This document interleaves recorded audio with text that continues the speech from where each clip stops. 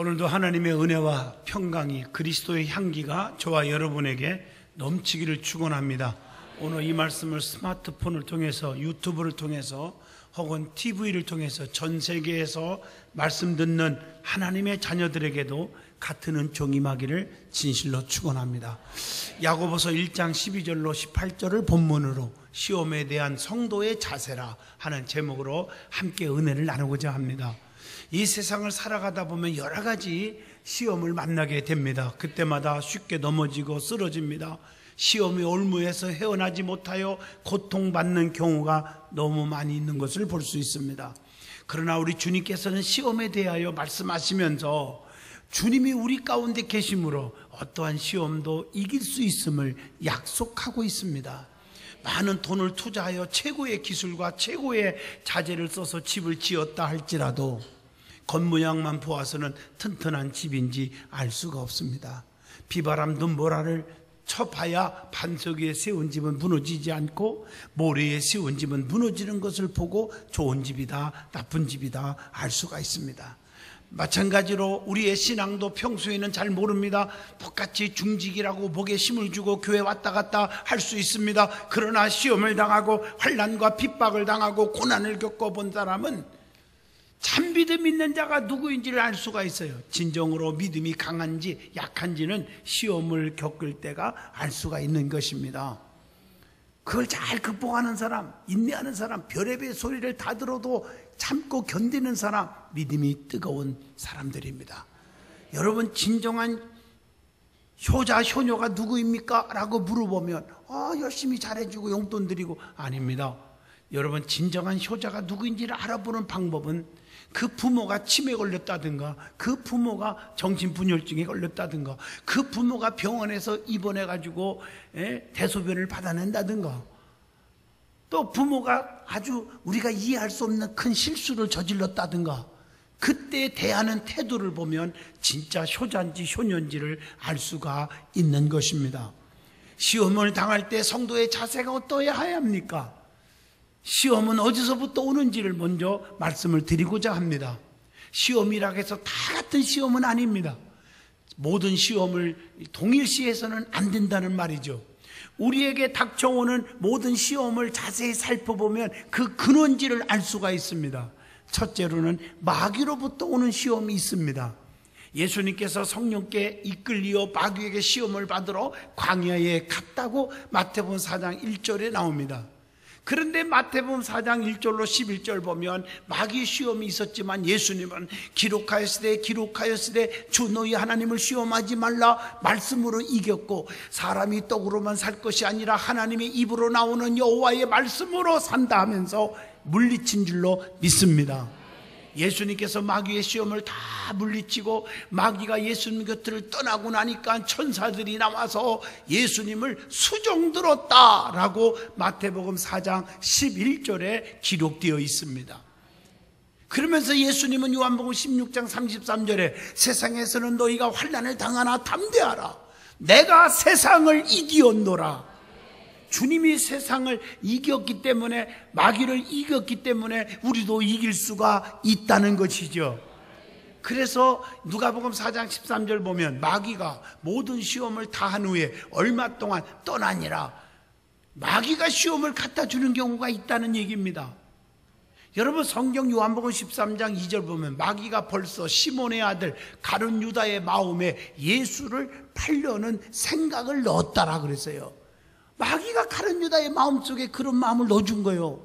마귀가 우리 가운데 와서 시험을 받게 한다고 하는 계시록 2장 10절 말씀을 기억해야 합니다. 두 번째로는 자기 욕심 때문에 이기적인 마음 때문에 오는 시험이 있습니다. 여호수아 7장 1절을 참고하시길 바랍니다. 아간이라는 사람이 그런 사람이에요. 욕심에 끌리지 않기를 바라요. 멸망에 빠지는 거예요. 파멸에 빠지는 거라고 디모데전서에 분명히 말씀합니다. 그래서 야고보서 1장 14절에 오직 각 사람이 시험을 받는 것은 자기 욕심에 끌려 미혹됨이니라.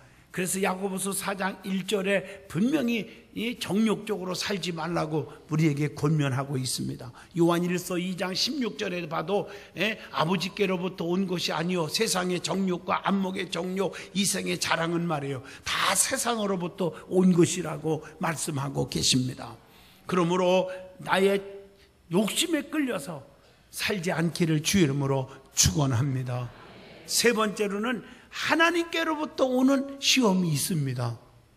하나님은 아브라함이 자식보다 하나님을 더 사랑하는지, 그리고 밭이라 갈 때 순종하는지를 시험하려고 부르셨음을 창세기 22장 1절로 2절을 통해서 알 수가 있어요. 그리고 하나님의 율법을 준수하는지를 시험해 본다고 출애굽기 16장 4절에도 기록되어 있습니다.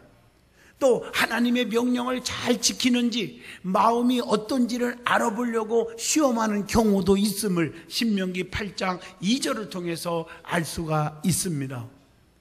그리고 또한 하나님이 시험을 주어서 뜻과 마음을 단련할 때가 있다고 그랬어요. 시편 26편 2절에 보니까 여호와여 나를 살피시고 시험하사 내 뜻과 내 양심을 단련하소서 그랬어요.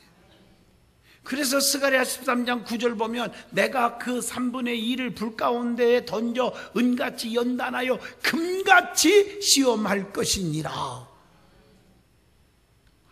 주님은 디베랴 광야에서 빌립이 어떻게 말하는지를 보시려고 시험하셨다고 나와요. 요한복음 6장 5절로 6절 그 뒤로 계속 읽어보면요, 잘 아시는 대로 이 많은 사람들을 어떻게 먹일 수 있을까요? 빌립이 좋은 데다 하나님의 능력이면, 주님의 능력이면 다 먹일 수 있겠지요, 이렇게 나올 줄 알았는데 200데나리온 가지고도 어려운데요. 계산하고 앉았어요. 오늘날 많은 분들은 주님의 능력을 믿지 않고 주님이 원하는 답을 내지 못하고 자기의 생각, 지식, 이론, 경험, 학식 가지고 판단하니까 전부 실패하는 거예요. 인간적인 계산으로는 맞지요. 어떻게 먹일 수 있겠어요? 안드레가 말합니다. 물고기 2마리 보트 5덩어리 어린아이가 다 내놨나이다. 근데 이거 갖고 부족하지 않냐고.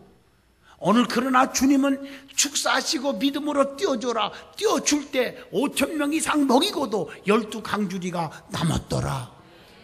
우리 주님이 우리의 마음을 지금 보고 계시는 거예요. 하나님이 고난을 주시는 이유가 있습니다. 왜 우리에게 하나님이 때로는 고난을 주실까? 첫째, 요한복음 9장 3절을 보면 하나님의 영광을 드러내기 위해서 주시는 경우도 있어요. 두 번째로는 욥기서 36장 8절로 9절 보면 우리의 잘못된 죄악을 깨닫게 하기 위해서 주는 경우가 있어요. 세 번째로는 욥기서 34장 31절 보니까 거기 보니까 다시는 범죄치 아니하겠나이다. 다시는 죄짓지 않게 하기 위해서 주는 경우가 있어요. 뜨끔하게 만들어가지고. 네 번째, 시편 119편 71절 고난당한 것이 내게 유익이라. 이로 말미암아 내가 주의 율례들을 배우게 되었나이다. 하나님의 율례를, 하나님의 법들을 배우게 하는 데 있어요. 다섯 번째로 시편 34편 19절에 보니까 의인은 고난이 많으나 여호와께서 그의 모든 고난에서 건지시는도다. 하나님의 도우심이 큰 것을 알게 해주려고. 내가 도와줘야 너희들이 산다. 세상을 이길 수 있는 능력은 나로부터 오는 거다. 스가랴 4장 6절 힘으로 안 되고 능으로 안 되고 오직 여호와의 신으로만 된다는 것을 알려주는 거예요. 여섯 번째, 말라기 3장 3절 그들이 공의로운 제물을 나 여호와께 바치는 거다. 그가 은을 연단하여 깨끗하게 하는 자 같이 앉아서 내 자손을 깨끗하게 하되 믿음을 연단케 하기 위해서 주시는 경우가 있단 말이죠. 일곱 번째, 마태복음 5장 11절로 12절 보면 하나님이 우리로부터 상급을 주시려고 때로는 고난을 주는 거예요. 고난 후에 낙이 있잖아요. 하나님이 고난 겪은 이후에 엄청난 보상이 따르는 거예요. 그래서 시편 138편 8절에 여호와께서 보상해 주시리라. 히브리서 11장 6절 상 주시는 자이심을 믿어야 할지니라. 우리에게 계속해서 말씀하고 계신 거예요. 그러면 왜 시험을 받게 될까? 시험을 받는 여러 가지 이유가 있어요. 한 가지로 우리가 해석하면 안 돼요. 첫째, 마귀로부터 오는 시험, 즉 유혹은 성도들을 넘어뜨리게 하고 결국에는 망하게 하는 데 목적이 있어요. 마태복음 13장 41절입니다. 우리 그러나요, 마태복음 16장 23절에도 나오죠. 그러나 성령님의 역사는요, 쓴 것으로 왔지만 단 것으로 살리는 능력을 주거든요. 마귀의 역사와 성령의 역사는 그렇게 차이가 있는 거예요. 그래서 우리는 성령님의 인도를 받아야지 마귀의 이끌림 받으면 실패할 수밖에 없는 것입니다. 두 번째, 믿음을 연단하기 위해서 시험을 받는 경우가 있어요. 그래서 연단하여 정금같이 나오게 하리라, 욥기서 23장 10절에 말씀하고 계십니다. 그리고 연단하여 정결케 하기 위해서 받는다, 다니엘서 12장 10절. 우리가 연단을 받은 후에 우리의 심령이 정결해질 줄로 믿습니다.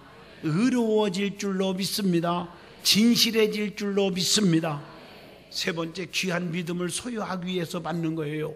베드로전서 1장 7절입니다. 너희의 믿음의 확실함을 불로 연단하여도 없어질 금보다 더 귀하여 예수 그리스도께서 나타나실 때에 칭찬과 영광과 존귀를 얻게 할 것임이니라 말씀하고 계십니다.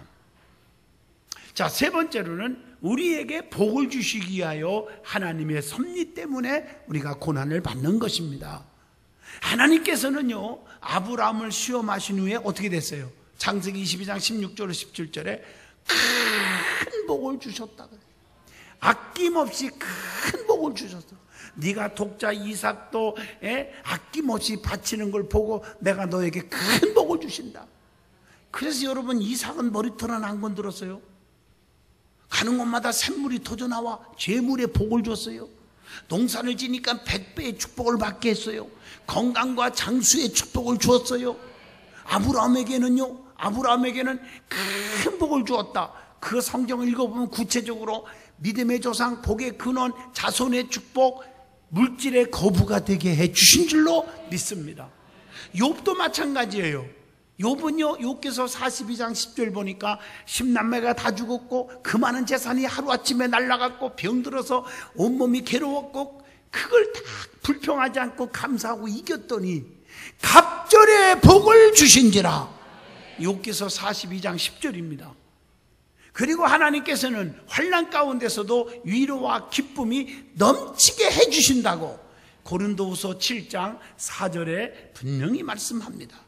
고린도후서 8장 2절에도 보면 환난의 많은 시련 가운데서 그들의 넘치는 기쁨과 극심한 가난이 그들의 풍성한 연보를 넘치도록 하게 하였느니라.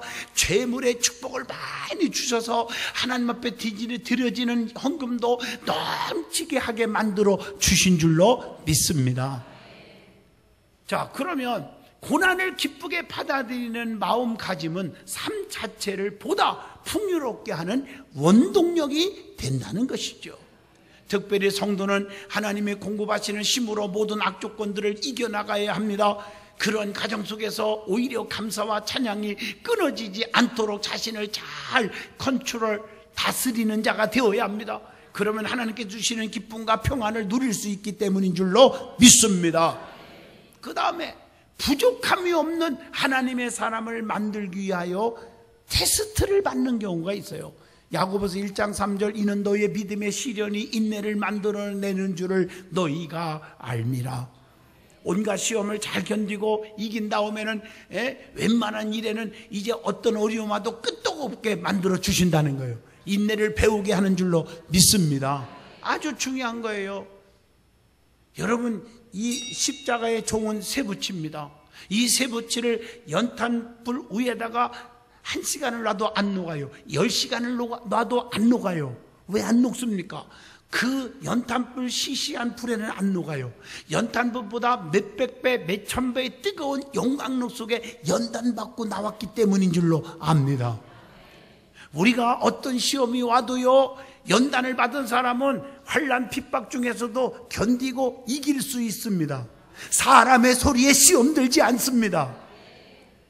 목사님을 보고 장로님을 보고 지역장을 보고 구역장을 보고 시험 들지 않습니다. 왜냐하면 히브리서 12장 2절 믿음의 주여 또 온전케 하신 이인 예수만 바라보자. 우리는 주님을 바라보게 만들어 줍니다.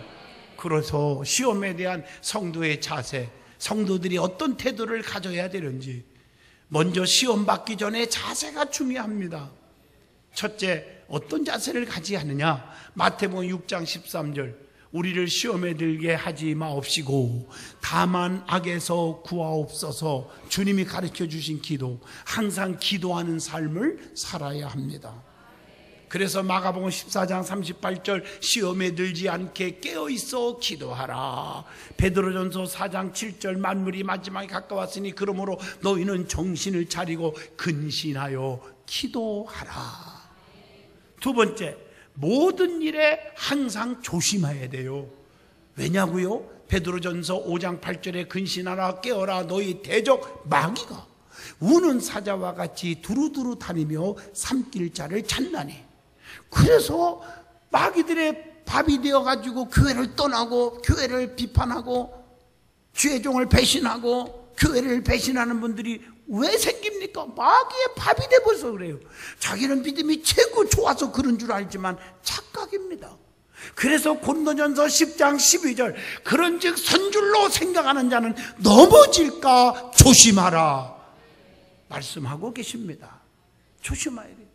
그래서 갈라디아서 6장 1절을 보면은 너 자신을 살펴보아라. 다른 사람들의 믿음을 점검하고 파악하고 비판하기 전에 너 자신을 살펴보아. 너도 시험을 받을까 두려워하라. 이렇게 권면하고 있습니다. 고린도후서 5장 10절로 11절 봐도 하나님과 사람들 앞에서 세 번째, 투명한 삶을 살으라. 많은 사람들이 투명하지 못해요. 왜 이렇게 불법을 행하고 왜 이렇게 쑥쑥 숨어서 무슨 일을 하려고 하는지 몰라요. 어떤 분들은요 진실이 없어요. 그래서 잠언서 4장 14절로 15절 사악한 자들의 길에 들어가지 말며 악인의 길로 다니지 말지어다. 그의 길을 피하고 지나가지 말며 돌이켜 떠날지어다. 아무리 친한 사람일지라도 지금까지 친했다 할지라도 이 말씀의 은혜를 받았다고 하면 지금부터 불의한 자와 교제하지 말고 가까이 하지 말라는 것입니다. 피하라고 그랬어요. 오늘날 자기 욕심을 버리지 못해서 그래. 인간적인. 그래서 다섯 번째로 디모데전서 6장 9절에 부하려는 자들은 시험과 울모와 여러 가지 어리석고 해로운 욕심에 떨어지나니 곧 사람으로 파멸과 멸망에 빠지게 하는 것이니라. 세상의 부가 최고라고 부의 가치관을 두고 사는 사람들이 있어요. 그러면 안 된다는 거죠. 진정한 행복은 명예와 지식과 권세와 재물이 아니라는 겁니다. 여섯 번째, 우리의 몸을 하나님께 드림으로 헌신함으로 하나님과의 깊은 교제를 매일의 삶 속에서 경험하고 살아야 한다고 로마서 6장 13절에 분명히 권면합니다. 일곱 번째, 베드로 후서 3장 17절에 자신이 유혹될 만한 곳에는 아예 가지 말아야 됩니다. 떨어질까 조심하라고 그랬어요. 자, 그러면 시험을 받을 때의 자세가 또 중요해요. 어떤 자세를 가져야 할까? 첫째, 히브리서 2장 18절 그가 시험을 받아 고난을 당하였은즉 시험 받을 자들을 능히 도우실 수 있느니라. 주님께서 도우신다는 것을 믿어야 합니다. 그리고 야고보서 1장 2절 그런 시험과 환난이 올 때 걱정 근심하고 좌절하지 말고 온전히 기쁘게 여겨라. 세 번째, 욥기서 1장 20절로 22절 절대로 하나님을 향하여 원망하지 말아라. 네 번째, 베드로전서 4장 12절 사랑하는 자들아 너희를 연단하려고 오는 불시험을 이상한 일을 당하는 것 같이 이상히 여기지 말고 삶 속에서 일어나는 일을 너무 과장하게 생각하고 괴로워하지 말고 이상히 여기지 말라. 즐거워하는 자세를 취하고 살으래요. 나에게 무슨 복을 주려고 이런 연단을 주시는지요. 그리고 다섯 번째, 계시록 3장 10절 말씀을 지켜야 됩니다.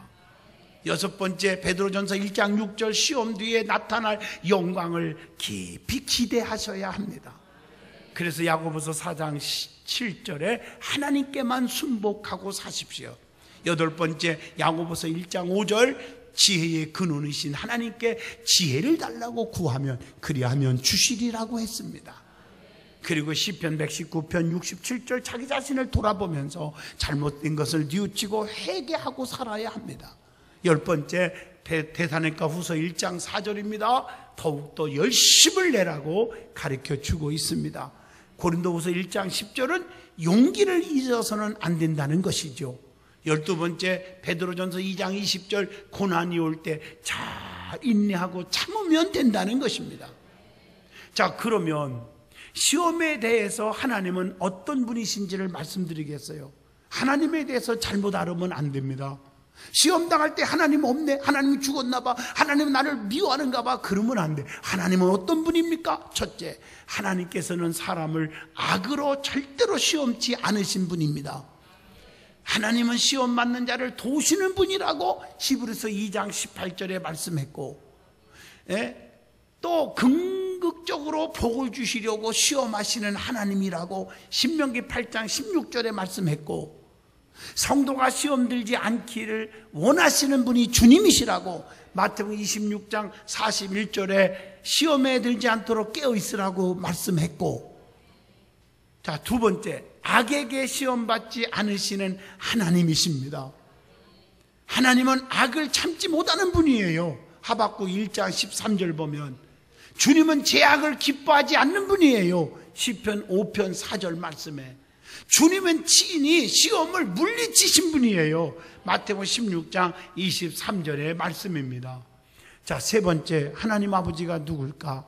빛의 아버지가 되신 분입니다. 본문 17절의 말씀입니다. 여러분, 빛이 뭘까요? 빛이 들어오면 어둠이 순식간 다 사라지는 거예요. 우리 아버지는 빛이에요. 우리 속에 들어옴으로 근심, 걱정, 불안, 초조, 질병, 저주가 싹 사라질 줄로 믿습니다. 그래서 에베소서 5장 8절로 9절에 너희가 전에는 어둠이었더니 이제는 주 안에서 빛이라, 빛의 자녀들처럼 행하라, 그렇게 살으라고 그랬어요. 네 번째, 하나님은 누굴까? 본문 17절, 영원히 변치 않으시는 하나님입니다. 사람이 변하지 우리는, 하나님은 안 변해요. 영원토록 그분은 어제나 오늘이나 동일하시다고 히브리서 13장 8절에 말씀합니다. 그리고 거짓말하지 않으시는 하나님이라고 히브리서 6장 18절에 말씀했고, 또 변개함이 없으신 하나님이라고 사무엘상 15장 29절에 말씀합니다. 자, 그러면 이렇게 엄청난 시험과 환난과 고난과 이런 것들을 잘 극복하고 이긴 성도들에게는 어떤 것들이 주어질까? 결과가 무엇일까? 첫째, 욥기서 5장 17절 복을 받습니다. 신명기 8장 16절 내게 복을 주시려 하심이었느니라. 하나로 말하면 복 주시기 위해서 연단 받는 거예요. 하나님이 주시는 거예요. 또한 두 번째, 하나님의 사람으로 성장시키고 성숙하게 하는 거예요. 야고보서 1장 2절 내 형제들아 너희가 여러 가지 시험을 당하던 온전히 기쁘게 여기라고 하신 겁니다. 세 번째, 야고보서 1장 4절 인내를 온전히 이루라. 너희로 온전하고 구비하여 조금도 어떻게 부족함이 없게 하려 함이라. 네 번째, 베드로전서 1장 7절입니다. 주님이 나타나실 때에 칭찬과 영광과 존귀를 얻게 하기 위함인 줄로 믿습니다. 다섯 번째, 누가복음 22장 28절로 30절을 보면요, 하나님 나라를 맡겨서 이스라엘의 12지파를 다스리게 하는 복을 주신다. 여러분은 다스림을 받는 자가 아니라 다스리는 자가 되기를 원합니다. 부림을 당하는 자가 아니라 부리는 자, 엄지가 되는 자가 되시길 바랍니다. 꼬리가 되지 않기를 축원합니다. 여섯 번째, 마태복음 4장 11절 마귀는 예수를 떠나고 천사들이 나와서 수종드니라. 천사들의 수종을 받게 됩니다. 일곱 번째, 오늘 본문 12절입니다. 시험을 찾는 자는 복이 있나니 이는 시련을 견뎌낸 자가 주께서 자기를 사랑하는 자들에게 약속하신 생명의 면류관을 얻을 것이기 때문이다. 생명의 면류관이 있습니다. 여덟 번째, 히브리서 12장 11절 평강의 열매를 맺게 하실 줄로 믿습니다. 그렇기 때문에 끝까지 인내하라는 거예요. 여러 가지 어려움 속에서도 잘 견디고 인내하면 하나님이 우리에게 평강의 열매를 주시는 것입니다. 9번째, 하나님을 의뢰하고 범죄치 않게 합니다. 출애굽기 20장 20절의 말씀이에요. 여러분들이 연단을 많이 받고 나온 사람들은 범죄하지 않습니다. 10번째, 주의 율례를 배우게 되는 축복이 있음을 시편 119편 71절을 통해서 압니다. 고난당함으로 하나님의 섭리를 깨닫게 되고 한층도 더 성숙한 믿음의 사람이 되는 것입니다. 결론을 내립니다. 세상을 살아가는 우리들의 삶 속에는 여러 가지 시험들이 도사리고 있습니다. 분명한 것은 그것이 사탄으로부터 오는 유혹이라면 당당히 깨부셔서 이겨야 합니다. 하나님으로부터 오는 테스트는 잘 풀어서 하나님께서 원하시는 답을 드리는 거예요. 즉 순종하는 거예요. 따르는 거예요. 우리가 각종 시험을 당할 때마다 주님께서 우리 가운데 계셔서 주님으로 우리 인하여 이기게 하심을 약속받고 계시다는 사실을 잊지 마시기를 바랍니다. 우리 하나님은 영원토록 임마누엘 되어주십니다. 볼지어다 내가 세상 끝날까지 너희와 항상 함께 계시리라고 약속하고 있어요. 보혜사 성령님을 통해서 우리와 함께 하셔서 병들었을 때 고쳐주시고 실패했을 때 성공시켜주시고 환난 가운데 풍랑을 그치게 하시고 우리의 불안 초조 낙심될 때 평강을 주셔서 여러분에게 용기와 소망을 넣어주시는 줄로 믿습니다.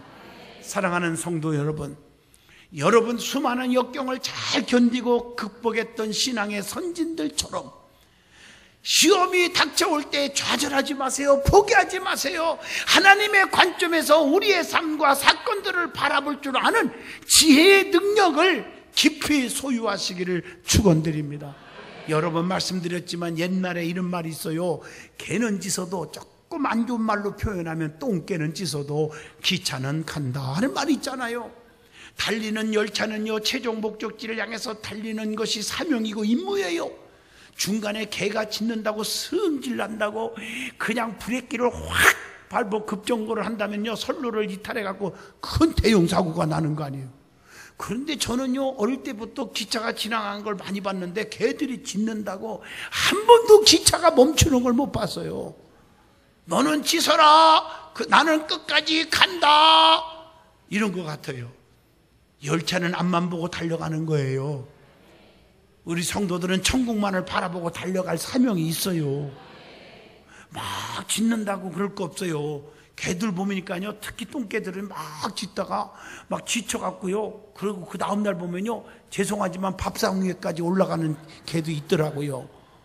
그러나요, 좀 영리한 개들은 진돗개는 안 짖어요. 꼬리를 흔들고 잘 가라 이러지요. 우리의 성도들이요, 정말 남이 어려울 때 기도해주고 중보해주고 권면해야 되는데 그냥 또 남이 잘 되는 거 보면 또 배 아파가지고 막 그러지 말고요. 여러분, 아무리 넘어뜨리려고 해도 넘어지지 않는 오뚜기 같은 존재, 이것이 진정한 그리스도인들입니다. 바라기는 어떤 시험이 와도 주님 안에서 모두 이길 수가 있기를 바랍니다. 그 시험을 통과함으로 하나님께 인정받아서 더 많은 복을 누리게 된다는 사실을 기억하십시오. 두려움과 실패를 모르는 담대하고 이기는 일에 참 신앙생활 하시기를 주님의 이름으로 축원드립니다. 하나님은 영원토록 내 편에 서 계십니다. 나와 함께 하십니다. 든든히 서가게 만들어 주십니다. 행복한 삶을 살도록 축복하십니다. 기도합니다.